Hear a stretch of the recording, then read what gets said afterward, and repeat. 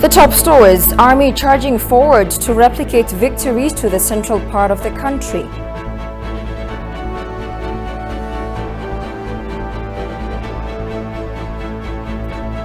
And some international media continue willfully misinforming audiences about Ethiopia.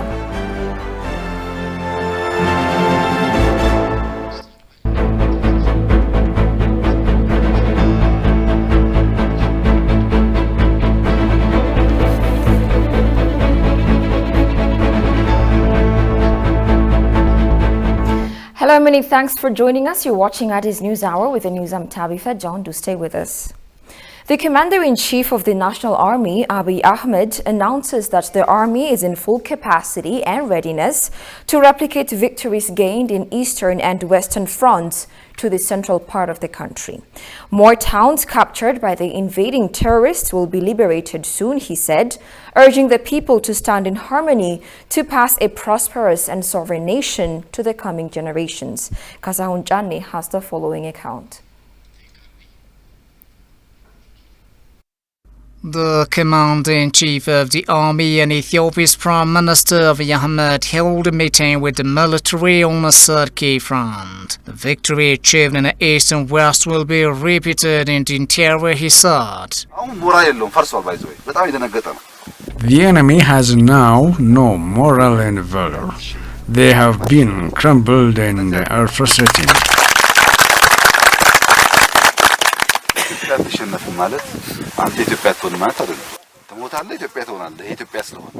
Ethiopia will never lose any battle to any enemy. We are not going to worry about this bandit group.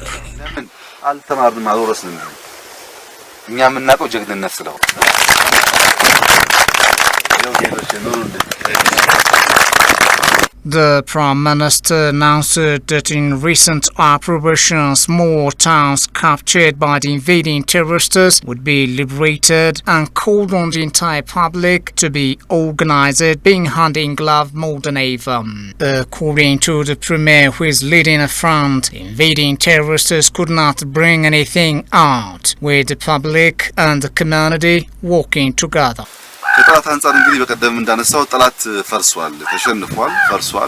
The enemy force is already destroyed and disintegrated. The only option for the enemy is to return the property they have looted and to surrender.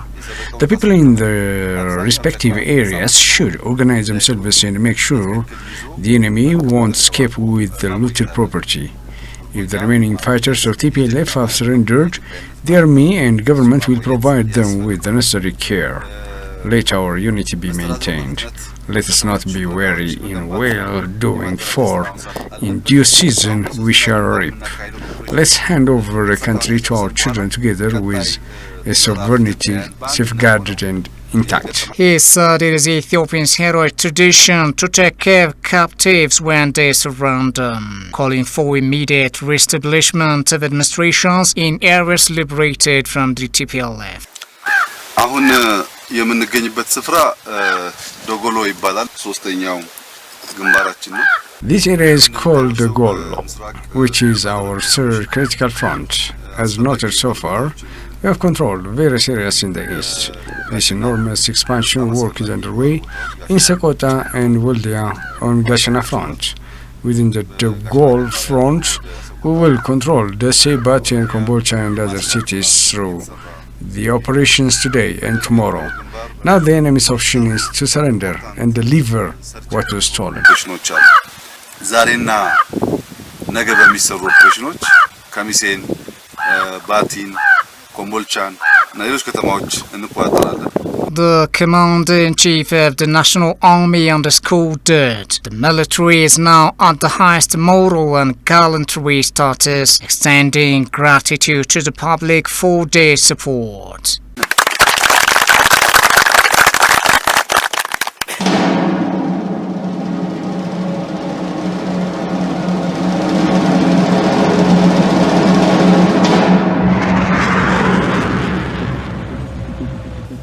ለጠላት ያለኝ መልእክት ገብተው መልካም ድሩን የማያውቁ ጦርነቱን የማያውቁ ሰዎች በውር ድንበር እያስፈጁት የትግራይ ወጣት እንደ ቅጠል እየረገፈ ነው። ይህ የትግራይ ወጣት መሸነፉን አውቆ አሁን ባለው ግልጽ ራዕይ በሌለው እቅድ በሌለው መዳረሻውን በማያቅ የውር ድንብር ጉዞ ድል እንደማይመጣ አውቆ እጁን ለሀገር መከላከያ ሰራዊት፣ ለልዩ ኃይሎች፣ ለሚሊሻ፣ ለህዝቡ ከዛሬ ጀምሮ እንዲሰጥ ያ ማድረግ ካልቻለ በሰሞኑ ያየው አላግባብ የመርገፍ ሁኔታ ይቀጥላል ማለት ነው። ሰው እንዳይሞት ስለሚፈለግ እነዚህ ወጣቶች እጃቸውን ይሰጡ። ጦርነቱ እንዳለቀ የዘረፋ ተግባር ባጭር እንደሚቀጭ ተገንዝበው እጃቸውን ይሰጡ። የትግራይ እናቶች ደግሞ እንዲጠይቁ ልጄ የታል እንዲሉ መጠየቅ አለባቸው። ልጆቻቸውን በከንቱ እያረገፈ ለሚቀልድ ኃይል ዝም ማለት ሳይሆን ጠይቀው ልጃቸው የታል ማለት አለባቸው።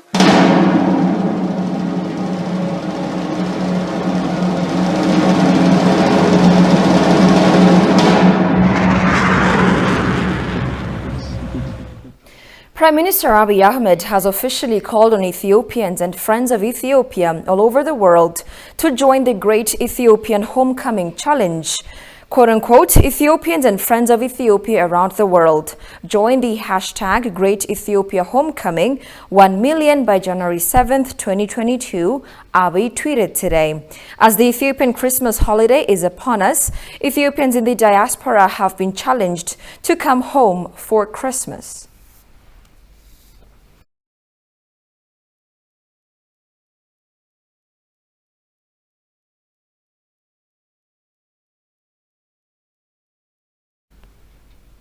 One million Ethiopians in the diaspora are challenged to come to their home country during Christmas so as to show their solidarity with their people. The new challenge posed by the government is aimed at disproving the wrong narrative that Ethiopia is on the brink of collapse by solidifying unity among Ethiopians at home and in the diaspora. The country will also generate a considerable amount of foreign currency from its own citizens. Solomon Danye tells you more. No more! No more! No more! No more! Ethiopians at home and abroad are busy clearing things up to protect their nation from a coordinated propaganda warfare apart from their fight in the battlefield.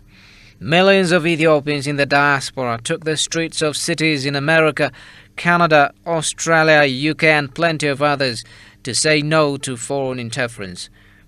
No more! No more! No more intervention! No more! No more terrorism! The successful movement introduced by Ethio-American journalist Hermela Aragawi is gaining momentum worldwide, drawing in fellow Africans and friends of Ethiopia to say enough is enough for foreign meddling into the internal affairs of nations to impoverish them. Grateful for what they are doing to voice Ethiopia's concern, the government invited 1 million Ethiopians in the diaspora to come home during Christmas, thereby helping their country earn foreign currency and show solidarity with their people fighting the actual war.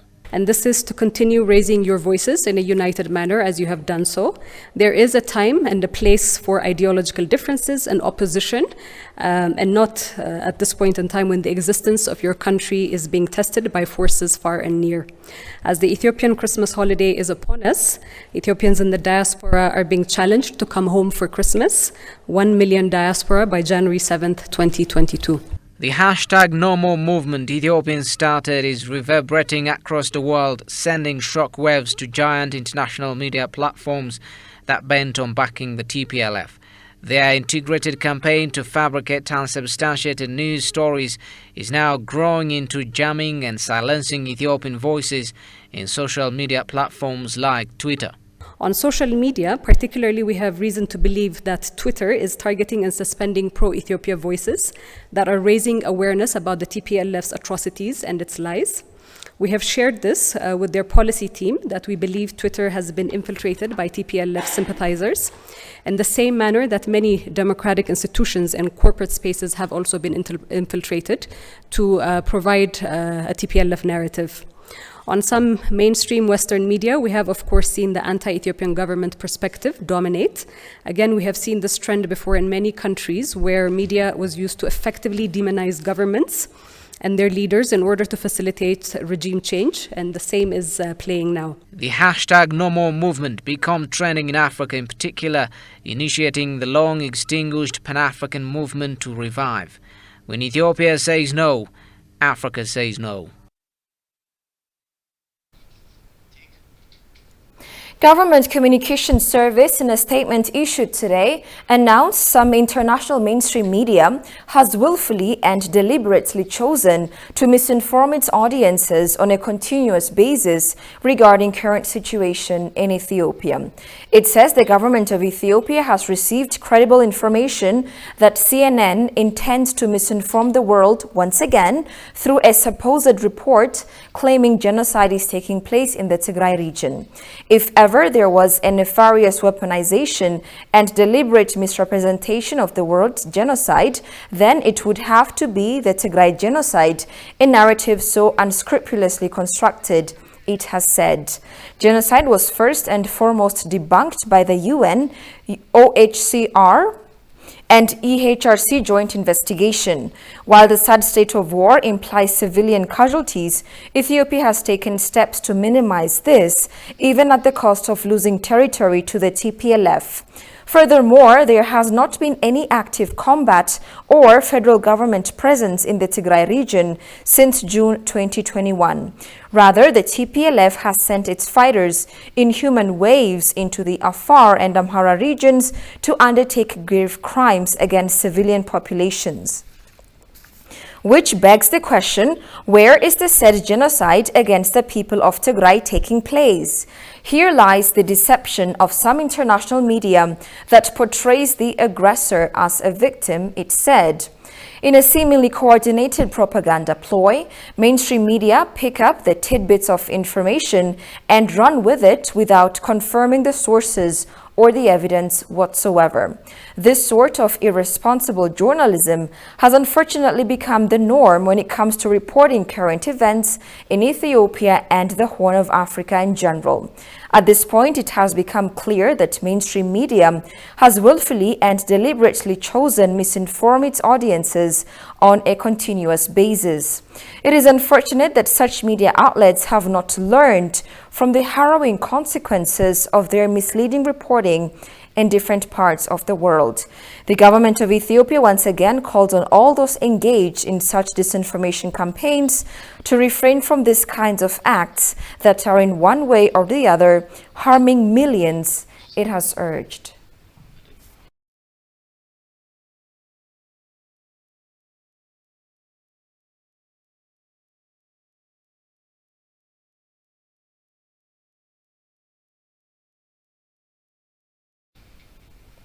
In another development, Ethiopia has managed to make more cordial and friendly nations in the face of continued diplomatic pressures. That is according to the Government Communications Service. The State Minister for Government Communications Service, Kabede Desisa, in a press briefing, announced that various countries are showing solidarity with Ethiopia. The State Minister added that Ethiopia's participation at the Forum on China-Africa Cooperation held in Dakar, Senegal, brought diversified and strong diplomatic results. The coming of Wang Yi, Chinese foreign minister, to Ethiopia this week is also a great diplomatic achievement, showing to the whole world Ethiopia's peaceful situation, added the state minister. He also said the #NoMore movement has been playing great roles in portraying Ethiopia's current situation.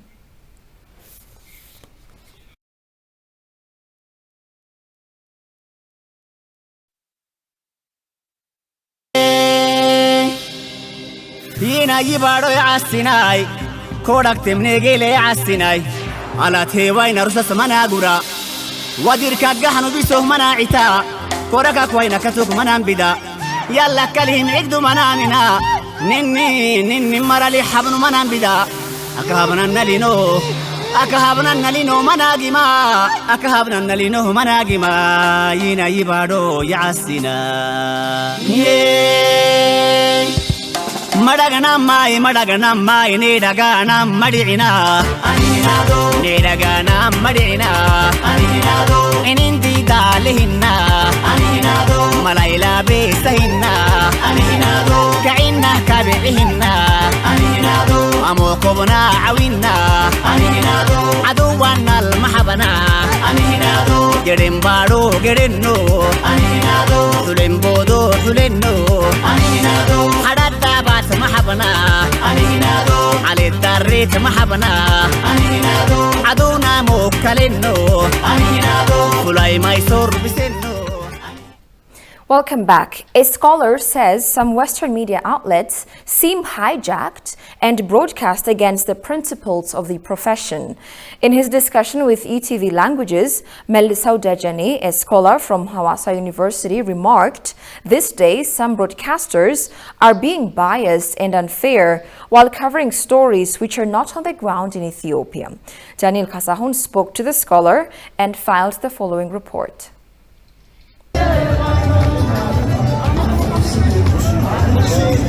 Nowadays, Ethiopians are publicly voicing their dismay to foreign media outlets which broadcast against real situations of the country. Their slogans in demonstrations held across the world have strongly denounced them as they went on challenging coexistence and sovereignty of Ethiopia.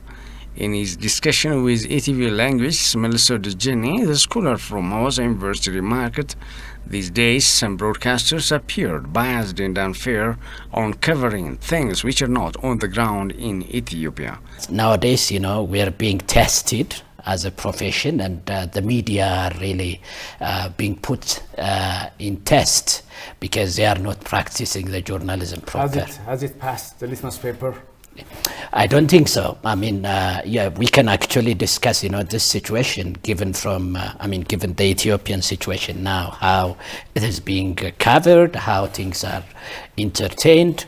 Therefore, nowadays the media practice is not passing the litmus test of the profession. Indicated some Western media outlets seem hijacked and broadcast against principles of the profession. In many cases, they don't even bother about seeing the realities on the ground coming into the country. Here we should be clear when we say CNN, when we are blaming, Western media. We should not mix up, the people with the government. Okay. There are, politicians who have interest, by the way, that's my opinion, and the American public, if you take, the European public, may not have, the fact on the ground, and politicians have interest, and they want to set an agenda, and they need the media to prime that agenda and to propagate their views, irrespective of what is there on the ground as a fact.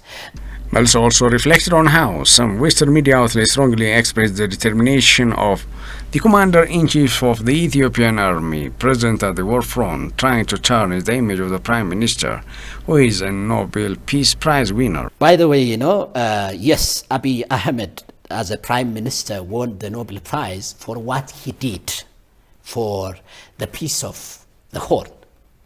It is for trying, to maintain peace in the Horn of Africa and for ending the deadlock between Eritrea and Ethiopia, the no peace context, as you know, and also his role for South Sudan and Somalia and other Horn affair issues. That was, the reason for the Nobel Prize. But this Nobel Prize winner, peace laureate, at the same time is a commander-in-chief of a sovereign country. And his sovereign country is attacked by a certain rebel group, which is defined as a terrorist group by the legislatures, the House of People's representatives of the country. Therefore, when the people peace and the people's survival is at stake, this commander-in-chief has to act and has to serve his public. This is one of the major activities of. The scholar suggests the Ethiopian media should act aggressively in order to share facts on the ground about Ethiopia so as to defend the image and unity of the country. A historian says a new trend of Pan-Africanism is reviving after the proxy war opened in Ethiopia by some external forces. The hashtag No More movement, launched by Ethiopians and Friends of Ethiopia, is a true voice of Ethiopians who can resolve their problems by themselves without resorting to any external interference, he said. Koshu Melissau has more. The West subjugated the continent of Africa not only to slavery, but also to exploitation of its resources under colonialism in the 19th century. They are now eyeing this continent with a new trend of neocolonialism under the guise of humanitarian mediation to achieve their hidden agenda that was not successful in the colonialism period. Talking to Meet ABC, however, a historian says Pan-Africanism is reviving after the proxy war opened on Ethiopia by external forces. Now there are brains are coming in now, at least voicing 1960s, at least with realizing with the current issues. And for one, at least I heard lots of his lectures is Patrice, Professor Patrice, and now he's championing the voice of Pan-Africanism. Yesterday we were forced to be slaves. But today we are willing to be slaves, but they are not accepting us. That's the paradox of life, you know. So we have to look for solutions. And solution comes through yourself.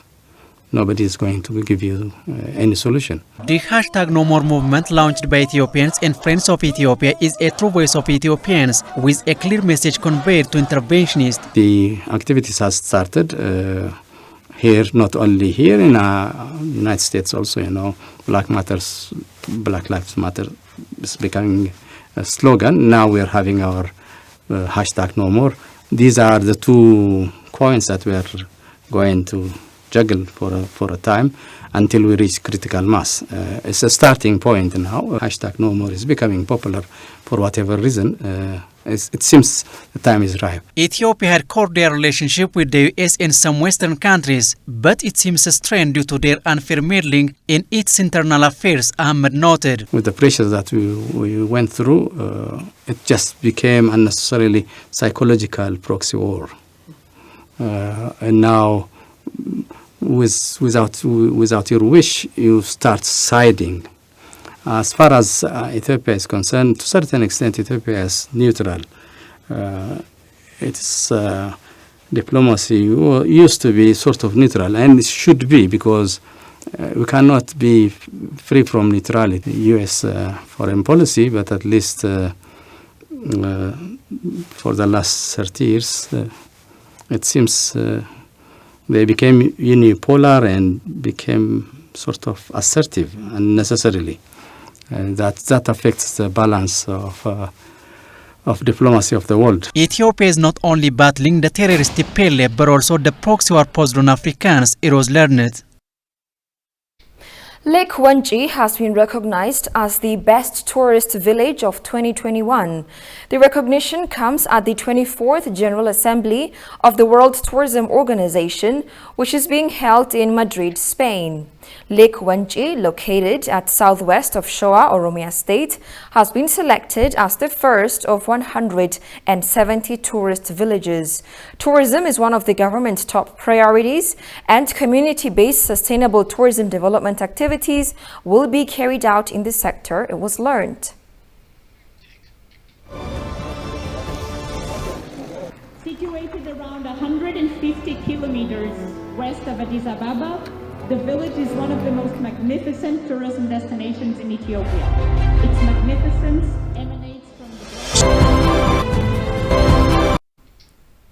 And finally,